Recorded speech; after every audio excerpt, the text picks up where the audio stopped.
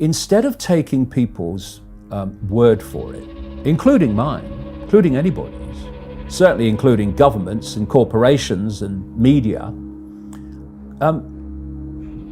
if you haven't got time to research it for yourself immediately, then put it into neutral. Don't believe it or disbelieve it, but don't react as if it's true. Just put it in neutral until you've had time to check it out for yourself. And when you do, you'll realize invariably, as I did, that the official story, the official narratives are invariably either completely, most of the time, total lies or overwhelmingly misleading. And crucial, because of what we were talking about earlier, don't be intimidated into silence. Don't. Because if you silence yourself, eventually everything goes silent. When people are telling you what you can't say it louder, say it more often. And if people around you don't like it, well, find another circle of friends then. Because there are more and more people that you will find if you look for them, because more and more people are awakening to this. And like I said earlier, you can get the impression from the people that control the microphones and the cameras that there is a certain view of the world which is different from yours. But you talk to enough people and you'll realize that behind this reticence to speak their truth, they feel the same as you do behind your reticence to speak your truth. I went to a bookshop years ago in the middle of the mass ridicule. It was in Oxford. And the manager came up to me. He said, "Oh, I have a very interesting thing today," he said. He said, "What I did is because I was right at the center of mass ridicule then. He said, I asked the staff what they thought of David Icke. And I said, look, just tell me honestly, just tell me honestly what you think." He said about 80% had sympathy for what you're saying, but none of them were saying it to anybody else. And that's what's happening to society in general. There is a vast number of people who don't want what's happening, who feel uneasy about what's happening, who don't want to have themselves intimidated into silence. But they think they're kind of one of the few. They're not.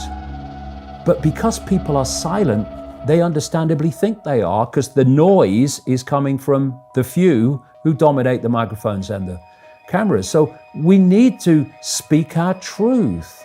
And you look at all these kids, it's so sad, who, the suicide rates among young people are going up. And they're all going up significantly in the social media, smartphone era. And they're being psychologically broken by the abuse, by not being what others say they should be and not living up to what others say they should be. It's about taking our power back. Because what this death cult wants us to believe is that we are powerless little me's. It's the last thing we are. And that's a perception that has to be broken, because we're not powerless little me's. That's just what we are manipulated to believe, so that we will live out lives as powerless little me's for no other reason than that's what we've been manipulated to believe we are. That can only happen when we allow ourselves to be self-defined by other people. Don't do it. Don't do it. Don't do it, kids. Don't do it. Don't fall for it. It's a scam.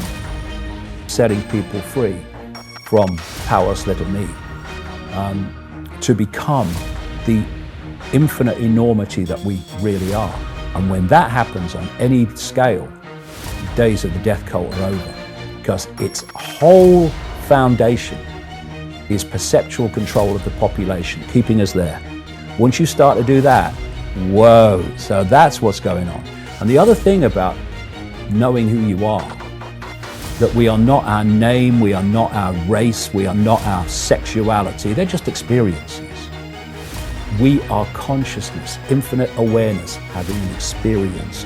And that consciousness can be as vast or as tiny as we can be manipulated, or we can be released in terms of the expanded nature to be.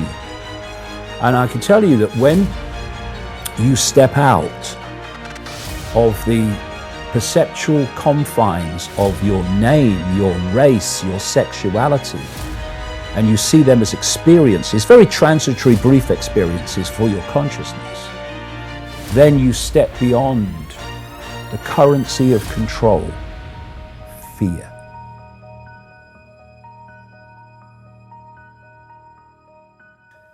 We need to define ourselves. I am my unique self. I don't want to be like anyone else. I am a point of attention with an infinite state of consciousness, therefore an infinite state of perception.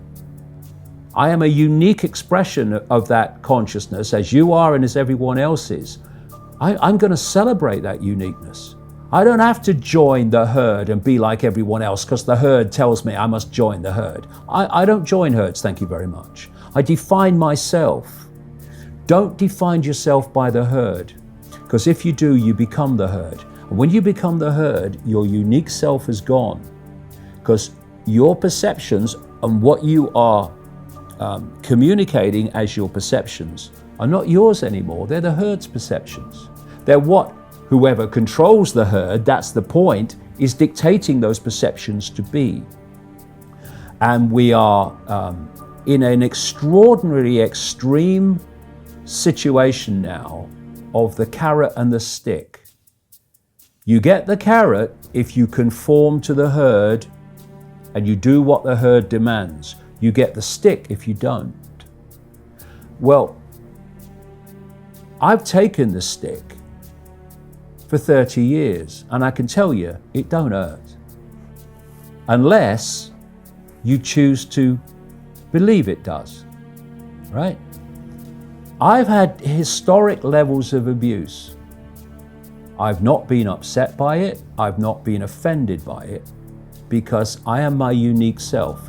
And if you're a unique self, then other people who are coming from a different point of view will think you're strange, they'll think you're crazy, they'll think you're dangerous. But that's for them to sort out. That's for them to work out. Not for me to work out, I'm just being me. And if you are celebrating your personal uniqueness, no matter what size you are, how tall you are, what you look like, what color you are, what religion you have, it doesn't matter. You're celebrating your unique self. Then whatever anyone tells you you must believe, what you must do, what you must think, however people are abusive towards you for what you look like or what you are, doesn't matter. Doesn't matter, because you are in your own power of individual uniqueness. And that's what's being driven out of people, because it has to be.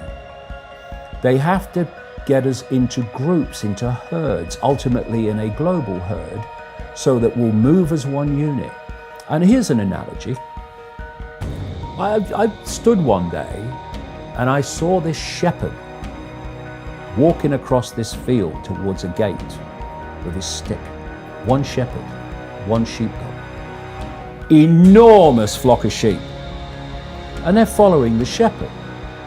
And any of the sheep that were breaking out of the pack, the sheepdog sorted them out. And what did that represent? Fear.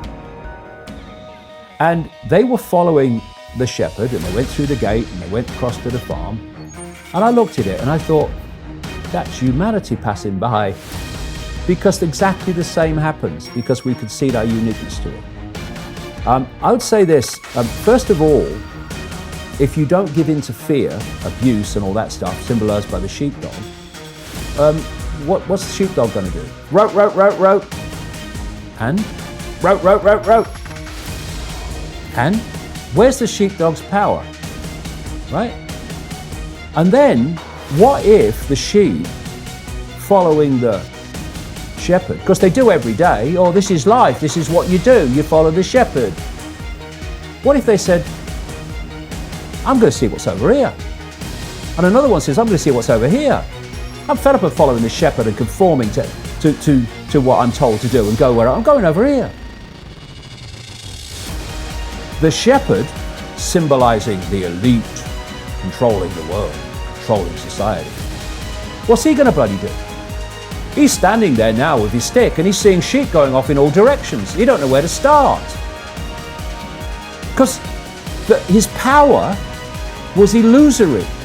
The power of this elite is illusory. The power this elite recycles back against us is the power we give to the elite every day. And so if people cease to cooperate with their own enslavement, by when the system says do this, I'm not doing it. You know, someone comes out of Downing Street or the White House and they say, we've had a discussion, this is what's going to happen.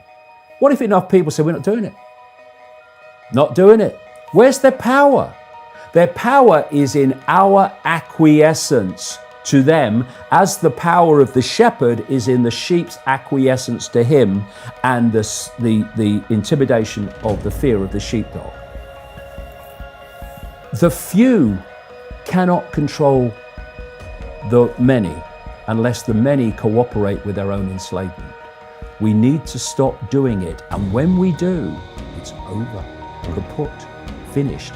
And that's why this cabal is so terrified of the communication of information that is going to alert humanity to its plight, because it knows that when humanity becomes aware of the game is over.